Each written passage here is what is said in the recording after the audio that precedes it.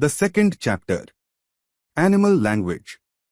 It happened one day that the doctor was sitting in his kitchen talking with the cat's meat man who had come to see him with a stomachache. "Why don't you give up being a people's doctor and be an animal doctor?" asked the cat's meat man. The parrot. Polynesia was sitting in the window looking out at the rain and singing a sailor song to herself. She stopped singing and started to listen. "You see, doctor," the cat's meat man went on, "you know all about animals much more than what these here vets do. That book you wrote about cats, why, it's wonderful. I can't read or write myself, or maybe I'd write some books. But my wife, Theodosia, she's a scholar, she is. And she read your book to me.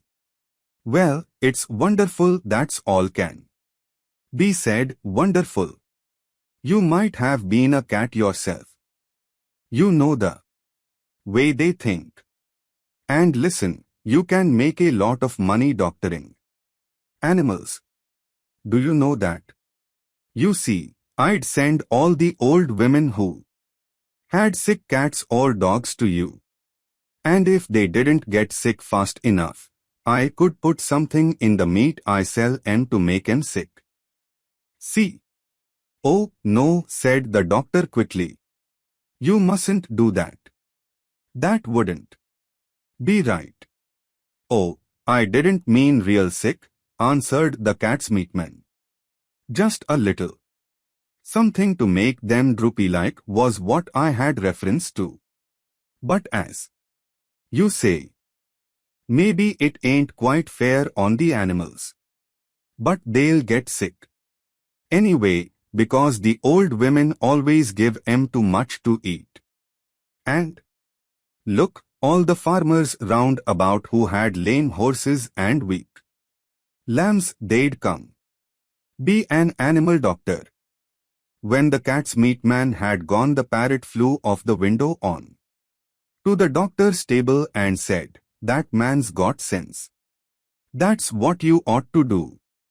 Be an animal doctor. Give the silly people up if they haven't brains enough to see you're the best doctor in the world.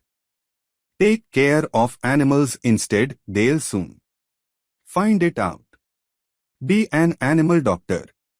"Oh, there are plenty of animal doctors," said John Dolittle, putting the flower pots outside on the windowsill to get the rain. "Yes, there are plenty," said Polynesia. "But none of them are any good at all. Now listen, doctor, and I will tell you something. Did you know that animals can talk?" "I knew that parrots can talk," said the doctor. "Oh, we parrots can talk into languages, people's language and bird language," said Polynesia proudly. "If I say, Polly wants a cracker, you understand me. But hear this, kaka-oie, Fifi." "Good gracious," cried the doctor. "What does that mean?" "That means, is the porridge hot yet?" in bird language. "My, you don't say so," said the doctor. "You never talked that way to me before." "What would have been the good?" said Polynesia, dusting some cracker crumbs of her left wing. "You wouldn't have understood me if I had." "Tell me some more," said the doctor, all excited, and he rushed over to the dresser drawer and came back with the butcher's book and a pencil. "Now don't go too fast, and I will write it down. This is interesting, very interesting, something quite new. Give me the bird's ABC first. Slowly now." So that was the way the doctor came to know that animals had a language of their own and could talk to one another. And all that afternoon, while it was raining, Polynesia sat on the kitchen table giving him bird words to put down in the book. At tea time, when the dog, Jip, came in. The parrot said to the doctor, "See, he is talking to you." "Looks to me as though he were scratching his ear," said the doctor. "But animals don't always speak with their mouths," said the parrot in a high voice, raising her eyebrows. "They talk with their ears, with their feet, with their tails, with everything. Sometimes they don't want to make a noise. Do you see now the way he is twitching up one side of his nose?" "What's that mean?" asked the doctor. "That means, can't you see that it has stopped raining?" Polynesia answered. "He is asking you a question. Dogs nearly always use their noses for asking questions." After a while, with the parrot's help, the doctor got to learn the language of the animals so well that he could talk to them himself and understand everything they said. Then he gave up being a people's doctor altogether. As soon as the cat's meat man had told everyone that John Dolittle was going to become an animal doctor, old ladies began to bring him their pet pugs and poodles who had eaten too much cake, and farmers came many miles to show him sick cows and sheep.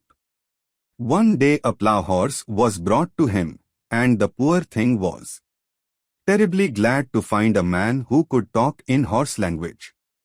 "You know, doctor," said the horse, "that wet over the hill knows nothing at all. He has been treating me 6 weeks now for spavins. What I need is spectacles. I am going blind in one eye. There is no reason why horses shouldn't wear glasses, the same as people. But that stupid man over the hill never even looked at my eyes. He kept on giving me big pills. I tried to tell him, but he couldn't understand a word of horse language. What I need is spectacles." Of course, said the doctor. "I will get you some at once." "I would like a pair like yours," said the horse, "only green. They'll keep the sun out of my eyes while I'm plowing the 50-acre field." "Certainly," said the doctor. "Green ones you shall have." "You know, the trouble is, sir," said the plough horse as the doctor opened the front door to let him out, "the trouble is that anybody thinks he can doctor animals just because the animals don't complain. As a matter of fact, it takes a much cleverer man to be a really good animal doctor than it does to be a good people's doctor. My farmer's boy thinks he knows all about horses. I wish you could see him, his face is so fat he looks as though he had no eyes, and he has got as much brain as a potato bug. He tried to put a mustard plaster on me last week." "Where did he put it?" asked the doctor. "Oh, he didn't put it anywhere on me," said the horse. "He only tried to. I kicked him into the duck pond."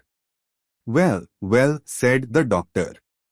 "I'm a pretty quiet creature as a rule," said the horse, very patient with people. "Don't make much fuss.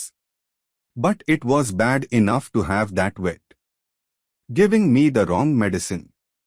And when that red-faced booby started to monkey with me, I just couldn't bear it anymore."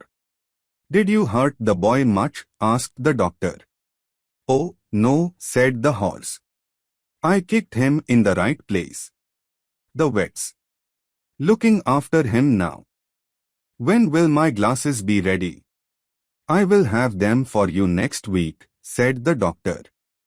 "Come in again Tuesday. Good morning." Then John Dolittle got a fine, big pair of green spectacles, and the plough horse stopped going blind in one eye and could see as well as ever. And soon it became a common sight to see farm animals wearing Glasses in the country round Puddleby, and a blind horse was a thing unknown. And so it was with all the other animals that were brought to him. As soon as they found that he could talk their language, they told him where the pain was and how they felt, and of course it was easy for him to cure them. Now all these animals went back and told their brothers and friends that there was a doctor in the little house with the big garden who really was a doctor.